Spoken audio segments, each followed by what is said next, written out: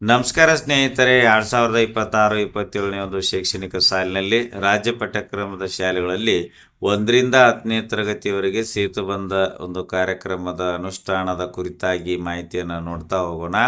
2026-27ನೇ ಶೈಕ್ಷಣಿಕ ಸಾಲಿನಲ್ಲಿ ವಾರ್ಷಿಕ ಕ್ರಿಯಾ ಯೋಜನೆ ರೆಡಿ ಮಾಡಲಾಗಿದೆ. ಅದರಂತೆ ಶಾಲೆಗಳು 29 ಮೇ 2026 ದಿವಸ ಏನೊಂದು ಪ್ರಾರಂಭವಾಗ್ತದೆ. ಪ್ರಾರಂಭದ ದಿನದಿಂದಲೇ ಶಾಲೆಗಳಲ್ಲಿ ಸೇತುಬಂಧ ಉಪಕ್ರಮ ಈ ಒಂದು ಕಾರ್ಯಕ್ರಮವನ್ನು ಅನುಷ್ಠಾನಗೊಳಿಸಬೇಕಾಗ್ತಾ ಇದೆ.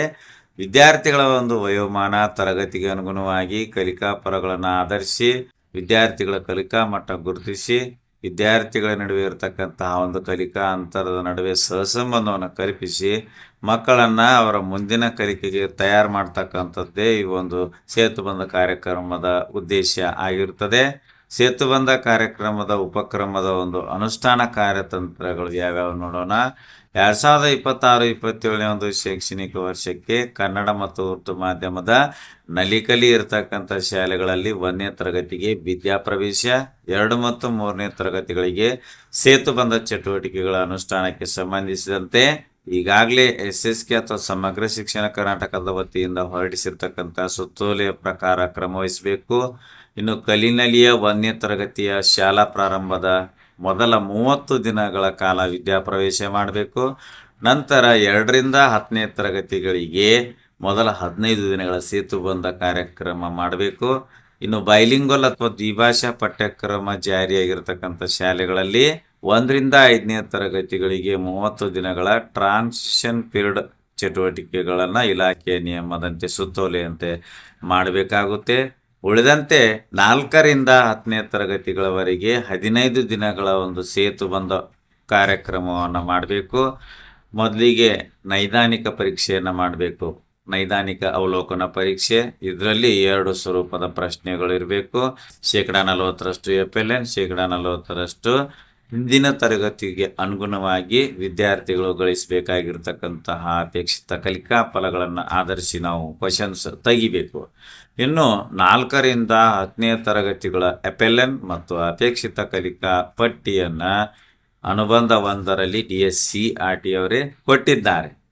ಲಗತ್ತಿಸಿರ್ತಕ್ಕಂಥ ಈ ಒಂದು ಅನುಬಂಧದಲ್ಲಿ FLN ಸಂಬಂಧಿತ ಕಲಿಕಾ ಫಲಗಳು ಮತ್ತು ತರಗತಿವಾರು ಅಪೇಕ್ಷಿತ ಕಲಿಕಾ ಫಲಗಳ ಏನು ಕೊಟ್ಟಿದ್ದಾರೆ ಈ ಒಂದು ಅನುಬಂಧದಲ್ಲಿ, ಈ ಒಂದು ಪಟ್ಟಿ ಪ್ರಕಾರ ಶಿಕ್ಷಕರು ತಮ್ಮ ತರಗತಿಯ ಪರಿಸರಕ್ಕೆ ಅನುಗುಣವಾಗಿ ಸೇತುಬಂಧ ಕಾರ್ಯಕ್ರಮ ನಡೆಸಬೇಕು.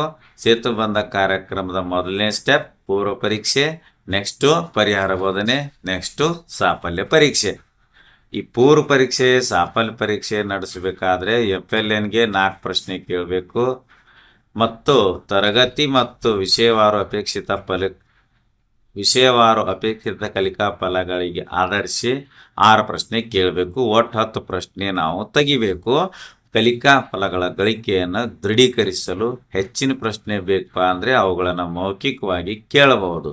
ಪೂರ್ವ ಪರೀಕ್ಷೆಯ ಉತ್ತರ ಮೌಲ್ಯಮಾಪನ ಮಾಡ್ತಿರ್ಬೇಕಾದ್ರೆ ಪ್ರಶ್ನವಾರು ಮೌಲ್ಯಮಾಪನ ಮಾಡಬೇಕು. ಸರಿಯಾಗಿ ಉತ್ತರಿಸಿದ್ದಲ್ಲಿ A ಅಂತ, ಅಪೂರ್ಣ ಅಥವಾ ಭಾಗಶಃ ಉತ್ತರಿಸಿದ್ದಲ್ಲಿ B ಅಂತ ಗುರುತಿಸಿ ಅದನ್ನು ಶಾಲಾ ಶೈಕ್ಷಣಿಕ ಯೋಜನೆಯಲ್ಲಿ ಎಂಟ್ರಿ ಮಾಡಬೇಕು. ಶಾಲಾ ಶೈಕ್ಷಣಿಕ ಯೋಜನೆ 2026-27 ಇದರ ಒಂದು ಸ್ಯಾಪ್ ಪರಿಷ್ಕೃತ ಸ್ಯಾಪ್ ನಮೂನೆಯನ್ನು DSERT ಅವರು ಪರಿಷ್ಕೃತ ಸ್ಯಾಪ್ ನಮೂನೆಗಳನ್ನು ಹೊರಡಿಸಿರುತ್ತಾರೆ. ಇನ್ನು 4ರಿಂದ 10ನೇ ತರಗತಿಯವರೆಗೆ ಪ್ರಶ್ನೆ ಪತ್ರಿಕೆಯ 1ರಿಂದ 4ನೇ ಪ್ರಶ್ನೆಗಳಲ್ಲಿ B ಗ್ರೇಡ್ ಪಡೆದಿರುವ ವಿದ್ಯಾರ್ಥಿಗಳನ್ನು FLN ಸಾಧಿಸದೇ ಇರತಕ್ಕಂಥ ವಿದ್ಯಾರ್ಥಿಗಳು ಅಂತ ಗುರುತಿಸಬೇಕು.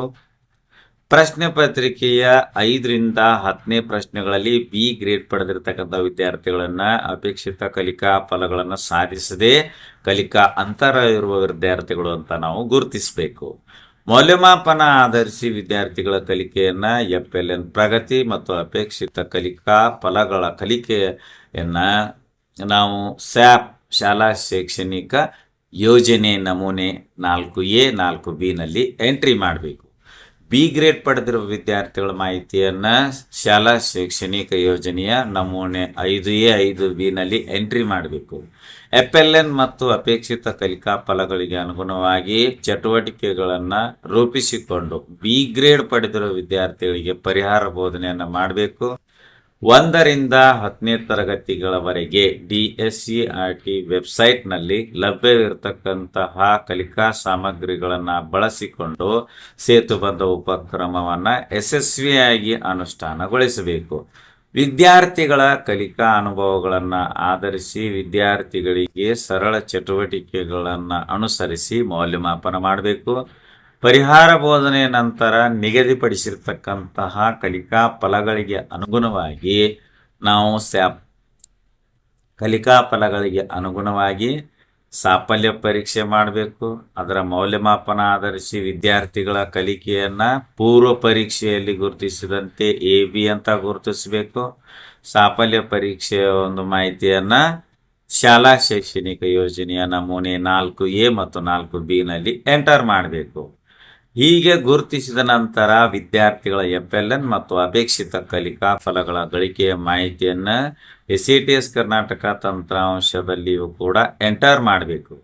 FLN ಮತ್ತು ಅಪೇಕ್ಷಿತ ಕಲಿಕಾ ಫಲಗಳನ್ನು ಸಾಧಿಸದಿರುವ ವಿದ್ಯಾರ್ಥಿಗಳ ಕಲಿಕಾ ಪ್ರಗತಿಯನ್ನು ನಿರಂತರವಾಗಿ ಅನುಪಾಲನೆ ಮಾಡಬೇಕು ಮತ್ತು FLN ಸಾಧನೆಯ ಪ್ರತಿ ತರಗತಿಗೆ ಪ್ರತ್ಯೇಕವಾಗಿ ಶೈಕ್ಷಣಿಕ ವರ್ಷದ ಪ್ರಾರಂಭದಿಂದ ಅಂತ್ಯದವರೆಗೆ ಪ್ರತಿ ತಿಂಗಳು ಮೌಲ್ಯಾಂಕನ ಮಾಡಬೇಕು. ಅದನ್ನು STSನಲ್ಲಿ ಎಂಟರ್ ಮಾಡಬೇಕು.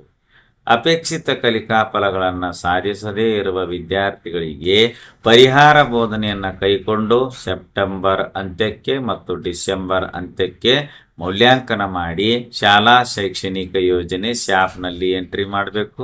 STSನಲ್ಲಿಯೂ ಕೂಡ ಎಂಟ್ರಿ ಮಾಡಬೇಕು. ವಿದ್ಯಾರ್ಥಿಗಳ ಪ್ರಗತಿಯನ್ನು ಆಧರಿಸಿ SHAPನ್ನು ರೆಡಿ ಮಾಡಿ ಕಲಿಕಾ ಪ್ರಗತಿಗೆ ನಿರಂತರ ಅನುಪಾಲನೆಯನ್ನು ಮಾಡಬೇಕು. ಸೇತುಬಂಧ ಉಪಕ್ರಮದ ಅವಧಿ ಮುಗಿದ ನಂತರವೂ ವಿದ್ಯಾರ್ಥಿಗಳಲ್ಲಿ ಬುನಾದಿ ಸಾಮರ್ಥ್ಯ ಮತ್ತು ತರಗತಿಗೆ ಅನುಗುಣವಾಗಿ ಗಳಿಸಬೇಕಾದಂತಹ ಕಲಿಕಾ ಫಲಗಳು ಗಳಿಕೆ ಆಗದೇ ಇದ್ದಲ್ಲಿ ಆಯಾ ವಿಷಯದಲ್ಲಿ ಪೂರ್ವಸಿದ್ಧತಾ ಚಟುವಟಿಕೆಗಳ ನಿರ್ವಹಣೆ ಪುನರ್ಬಲನ ಸಮಯದಲ್ಲಿ ವಿಶೇಷ ಆದ್ಯತೆಯನ್ನು ನೀಡಿ ಕಲಿಕೆಯನ್ನು ಅನುಕೂಲಿಸುವ ಮೂಲಕ ಪೋಷಕರ ಸಹಕಾರದಿಂದ ಎಲ್ಲ ವಿದ್ಯಾರ್ಥಿಗಳು ಕಲಿಕಾ ಫಲ ಸಾಧಿಸಲು ಕ್ರಮವಹಿಸಬೇಕು. ಸಾಧಿಸಿದ್ದರ ಬಗ್ಗೆ ಖಾತ್ರಿ ಕೂಡ ಮಾಡ್ಕೋಬೇಕು. ಸೊ ಇದಿಷ್ಟು 2026-27ನೇ ಶೈಕ್ಷಣಿಕ ವರ್ಷಕ್ಕೆ ರಾಜ್ಯ ಪಠ್ಯಕ್ರಮದ 1ರಿಂದ 10ನೇ ತರಗತಿಗಳಿಗೆ ಸೇತುಬಂಧ ಕಾರ್ಯಕ್ರಮ ಅಥವಾ ಉಪಕ್ರಮದ ಅನುಷ್ಠಾನದ ಕಾರ್ಯತಂತ್ರಗಳನ್ನು ಇಲ್ಲಿಯವರೆಗೆ ನೋಡಿದೆವು. ವಿಡಿಯೋ ಇಷ್ಟ ಆದರೆ ಲೈಕ್ ಮಾಡಿ, ಉಪಯುಕ್ತ ಅನಿಸಿದರೆ ಶೇರ್ ಮಾಡಿ. ಈ ರೀತಿ ವಿಡಿಯೋಗಳಿಗಾಗಿ ಚಾನಲ್ಗೆ ಸಬ್ಸ್ಕ್ರೈಬ್ ಆಗಿ ಬೆಲ್ ಬಟನ್ ಪ್ರೆಸ್ ಮಾಡಿ ನೋಟಿಫಿಕೇಶನಲ್ಲಿ ಆಲ್ ಸೆಲೆಕ್ಟ್ ಮಾಡಿಕೊಳ್ಳಿ. ನಾವು ಮಾಡೋ ವಿಡಿಯೋಗಳ ಅಪ್ಡೇಟ್ಸ್ ಪಡಿತಾ ಇರಿ. Thanks for watching. ಧನ್ಯವಾದಗಳು. ವಂದೇ ಮಾತರಂ.